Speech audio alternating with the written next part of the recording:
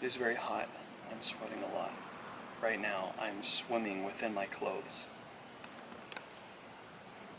Let's get to work.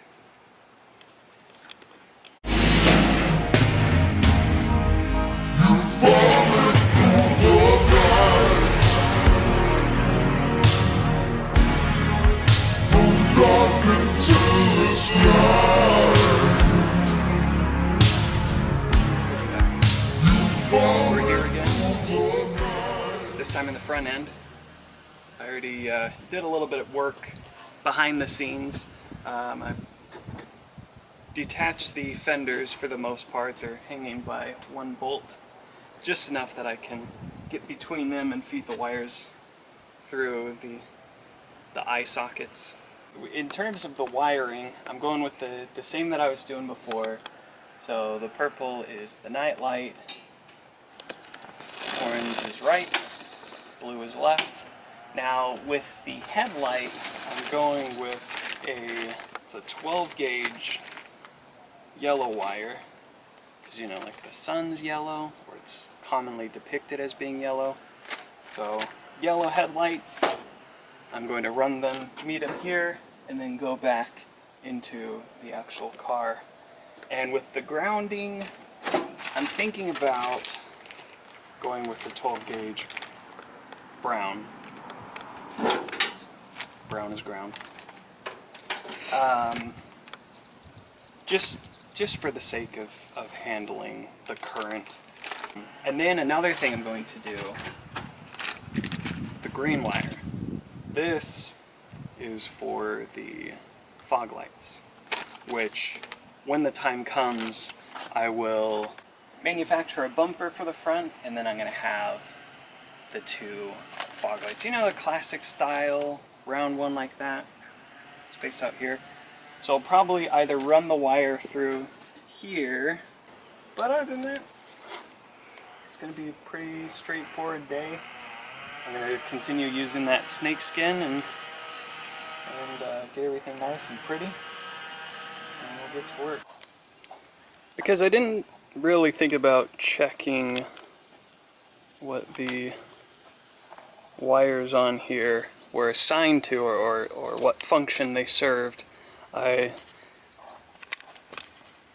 made some janky gator clips, attached them to this, which is actually used for the battery charger that I bought, and then plugged them in, and then it's lit up.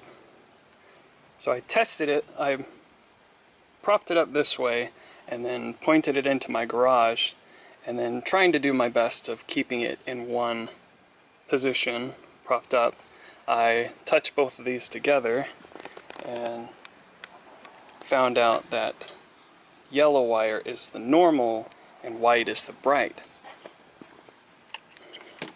Now, one thing that I've decided is brights, because I'm going to be putting the fog lights on the front, I'm not going to wire in the brights.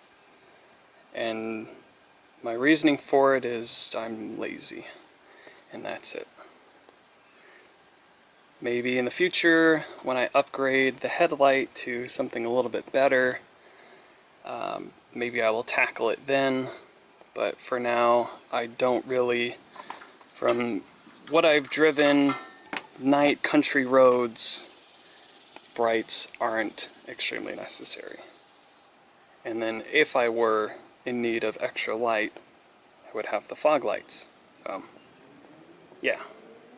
So now I know this, and this is what I need. And this can be nixed. Alright. So,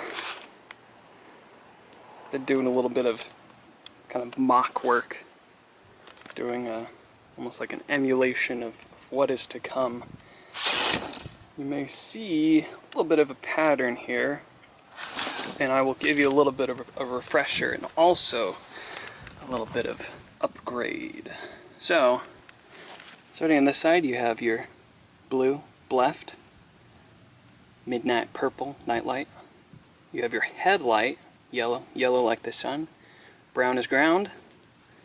Right, and then you see this will connect here, and then this will meet here, and that'll be like a junction point. Same with the night light, and the grounds will junction at the ground point on the frame. So they will all ground individually. Moving this way, we'll get to this thing here in a sec. You've got your yellow like the sun headlight, purple night, you've got your orange, your orite, and brown ground. So you've got your headlight, your right turn signal, the night light, and then the grounding for all of it. Now, I did mention the green was going to be the fog lights, but I was just thinking that eventually, to really mac this thing out and give it some serious accessories, to have one for the front, one that would go to a winch maybe. I'm thinking a winch. Maybe not, but anything that I could possibly accessorize with the flip of a switch. That's what this would feed to. So that's going to be also coiled up along with the green and placed tidily in just in the middle there. I'll stick it in there somewhere until the time comes in which these will be used.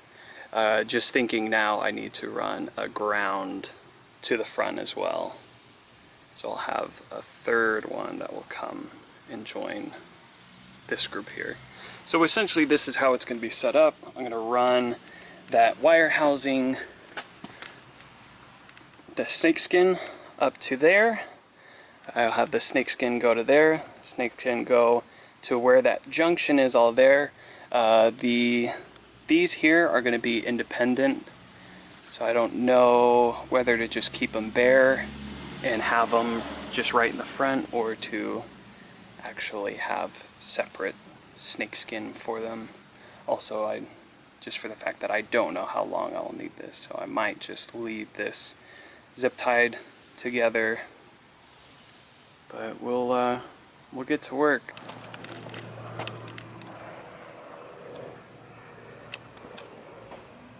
Okay.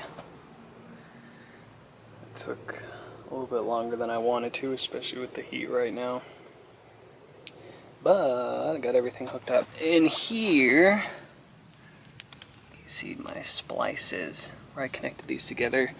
These ones, the purple, the night light is just clipped together, but the headlight I actually soldered, so I won't worry about it pulling apart and shorting out.